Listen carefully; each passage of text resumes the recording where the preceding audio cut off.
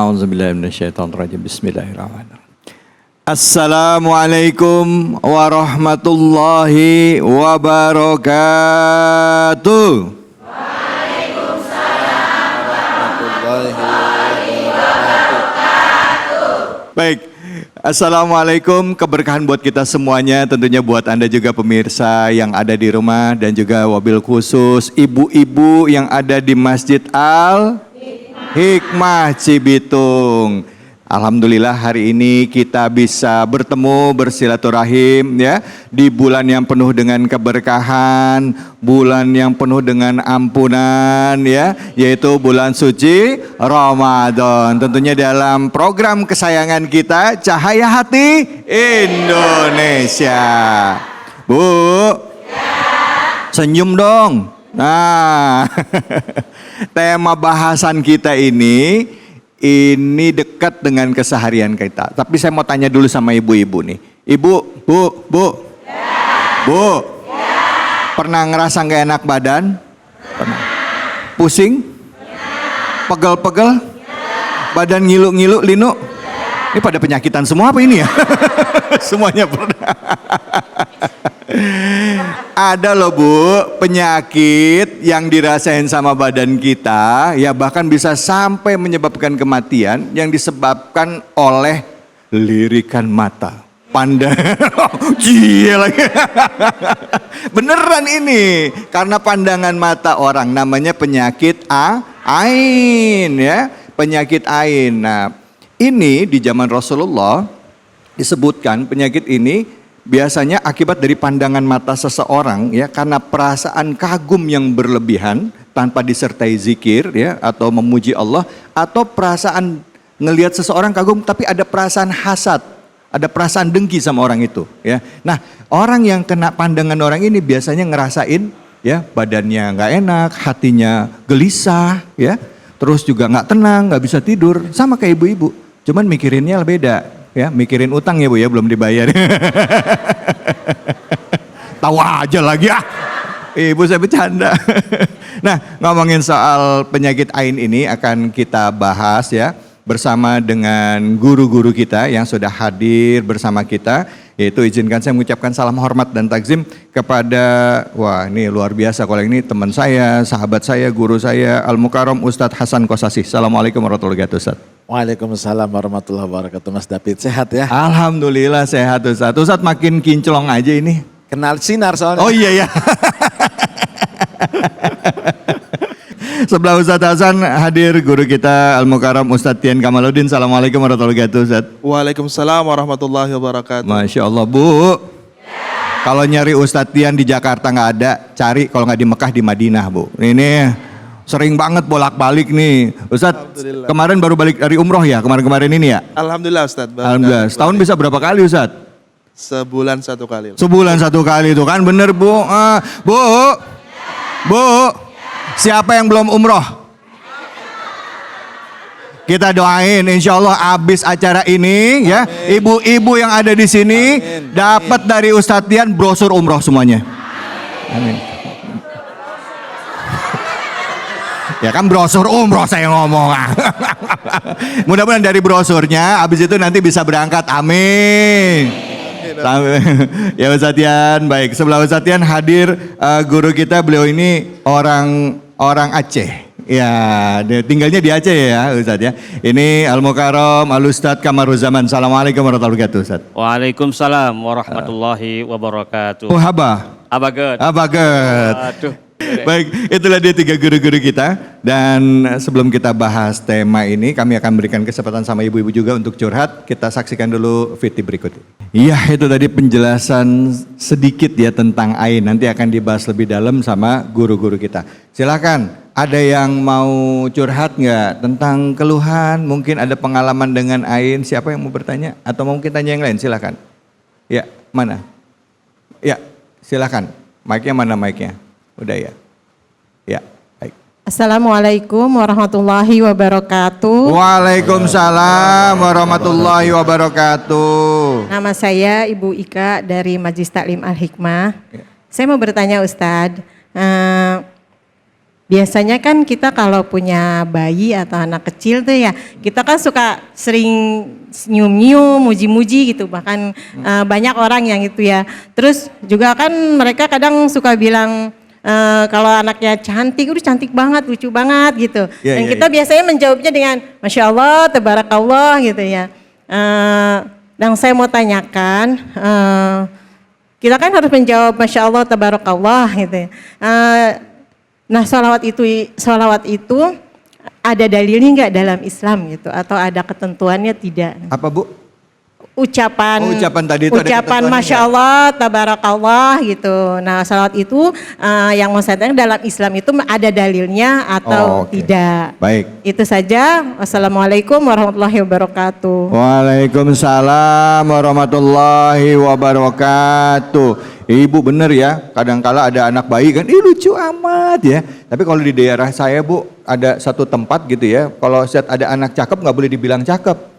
Saya bilang, jelek banget anaknya. Bapaknya kesinggung, anakku dibilang jelek loh. Padahal maksudnya itu supaya nggak kena ucapan gitu ya. Nah, tapi itu cuman contoh aja ya, cuman contoh. Silakan mungkin Ustadz bisa menjawab dan juga menyikapi tentang tema kita hari ini. Silakan Ustadz Hasan. Assalamualaikum warahmatullahi wabarakatuh.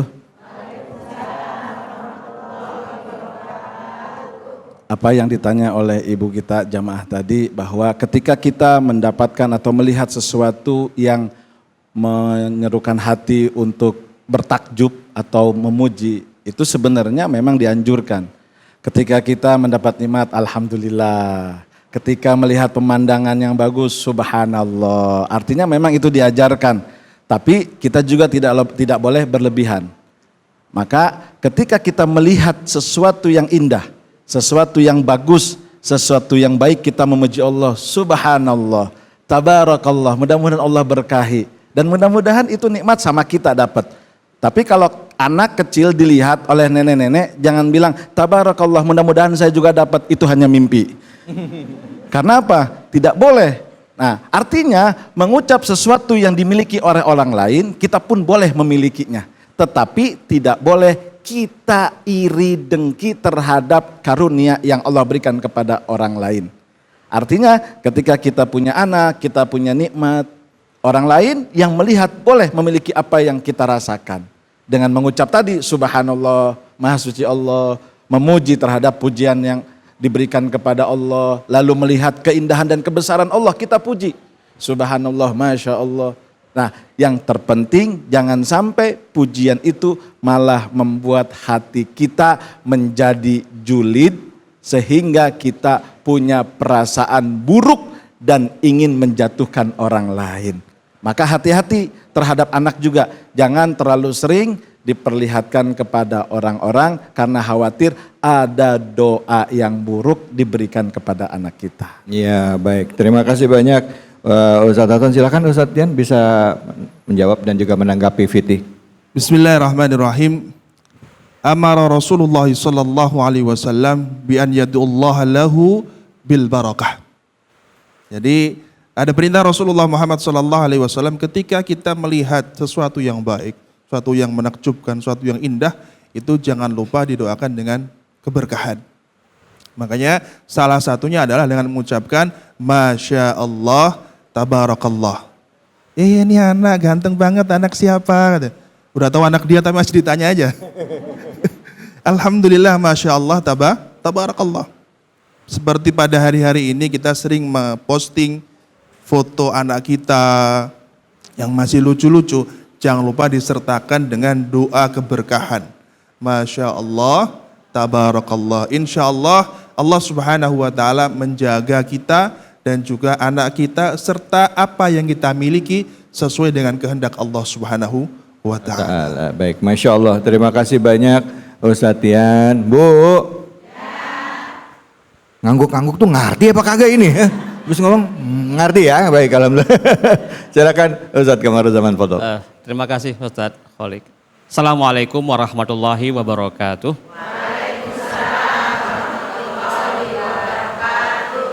Sehat ya Bu? Alhamdulillah. Ya, ini tadi tayangan itu menunjukkan bahwasanya ketika ain terjadi dalam kehidupan manusia, sesungguhnya dia memindahkan, kalau dalam bahasa yang keren, self-center. Self-center itu manusia dipindahkan dan itu harus dihadirkan Allah. Makanya dalam ajaran Islam, setiap ada apapun kegiatan kita, baik itu kenikmatan, musibah, selalu ada titik di ujung. Semuanya dikembalikan kepada Allah. Makanya kalimat tabarakallah tadi itu kita memohon barakah. Barakah itu dari langit. Jadi seorang anak yang diberikan, dititipkan sama kita, keluarga kita itu merupakan, kalau dalam istilah kita, kertas putih. Maka keberkahan itulah yang kita inginkan. Makanya bagi masyarakat tradisional, masyarakat perkampungan, tidak boleh mengatakan, ih ganteng banget gitu, enggak boleh. Dia harus dikatakan sebaliknya, supaya apa? Supaya pintu barokah itu hadir dalam keluarga tersebut. Kalau tidak, nanti akan ada kesombongan. Nah, sombong itu ibu-ibu, manusia ketika lahir itu duluan, kadang-kadang lahir sombong duluan daripada manusianya itu. Egonya ada itu. Jadi dia selalu ingin tampil lebih baik di depan orang lain. Makanya dalam ajaran Islam selalu dipindahkan serve-nya. Jadi kamu harus pindahkan di situ, ada Allah dalam segala kegiatan kita. Demikian Ustaz. Ya, baik Ustaz. Terima kasih banyak. Jadi Bu, cakep itu punya Allah, diri kita itu punya Allah, kejabatan kekuasaan yang kita punya Allah, nggak ada yang punya kita ya. Masalahnya nih Ustadz, di sini ya, nggak di sini, bukan di negeri Konoha ya. Kalau ada tetangganya beli kulkas, yang meriang dia.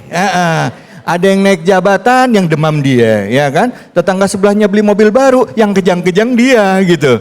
Apalagi kalau ngeliat ada orang sukses, ngomong sih enggak Ustadz, ngomong enggak, cuman mata dong.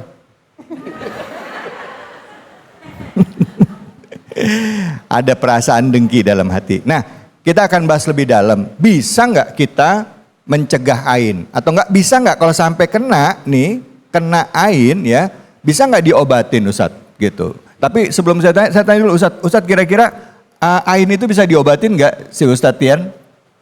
Bisa apa nggak gitu Ustadz obatin? Ya silakan Pak Ustadz. Insya Allah bisa diobati, semuanya bisa diobati atas kehendak Allah Subhanahu wa Ta'ala. Oke. Nah, ada yang bilang ciri-cirinya orang kena ain itu katanya bisa gelisah ya, nggak bisa tidur gitu. Misalnya nih Ustadz, misalnya ada pandangan kagum seseorang. Kalau tadi kan karena dengki. Ini kagum seseorang, laki-laki kepada perempuan atau perempuan kepada laki-laki. Apakah bisa Ustadz? Misalnya contoh saya deh, misalnya saya melihat seseorang saya kagum, terus kan kalau ain kan ke orangnya, nah ini ke sayanya bisa kena nggak Ustadz? Sayanya sendiri juga bisa kena dampaknya juga nggak? Karena saya kagum sama dia, saya juga bisa kena ain juga. Atau mungkin siapa yang bisa menjawab? Ustadz Kamruzaman atau Ustadz Tian atau Ustadz silakan. Jadi gini deh Ustadz, ain ini penyakit jiwa sebenarnya. Oh. Tapi tidak sampai kepada sakit jiwa. Kalau sakit jiwa obatnya ke rumah sakit. Tapi ain itu, ya dia karena faktornya tadi SMS. Senang melihat orang susah melihat orang senang. Jadi ketika hati dia tidak terkomunikasi dengan pikirannya, maka nggak ada sinyal. Jadi hatinya itu tidak memberikan pesan kepada otaknya tadi itu. Makanya dia gelisah. Tidak ada komunikasi antara batin dia. Karena lisanul batin itu amat luar biasa dampaknya kepada alam pikiran. Terkadang bahasa lisanul batin itu mampu menenangkan pikiran kita. Nah, biasanya Ustadz Khalid, kalau orang yang tidak bisa sampai ke derajat itu dia akan gelisah. Gelisah, nggak bisa tidur malam, bahkan terhantui oleh apa yang dipikirkannya. Makanya dalam Islam itu salah satu obat yang paling mujarab adalah sholat pada waktu yang telah ditentukan. Obatnya itu? Itu sholat. Jadi sholat pada waktu yang telah ditentukan. Ya. Jadi pas azan gitu ya sholat. Langsung gitu. sholat. Itu obat yang paling mujarab. Kenapa? Ketika sholat kita membenamkan alam pikiran kita kosongkan pikiran kita, kemudian hati akan naik ke atas. Makanya kalau para ulama yang sholat itu kadang-kadang kan bisa setengah jam Ustaz. Iya. Karena apa? Karena batin dia, lisanul batin itu naik ke atas. Nah, kalau kita kan sebaliknya, ketika sholat, kunci mobil tadi taruh di mana ya? Tadi Seneng udah gue balas belum WA-nya gitu. Nah ini biasa kita, kenapa? Kita tidak punya kemampuan untuk stop pikiran kita. Makanya Allah kasih jalan kita untuk stop pikiran, mengembalikan batin kita dengan Sholat. tepat waktu. Oh, Masya Allah. Itu obat, ya. Jadi obatnya adalah sholat tepat Waktu. Oh, di sini Ustadz, Masya Allah, orangnya Wah, soleh-soleh semua, soleh-soleha ya Bu ya. Iya. Belum azan zuhur udah sholat zuhur duluan. Saking soleh. Astagfirullahaladzim. Bu. Bu. Pengen jadi orang baik. Pengen nggak kena ain.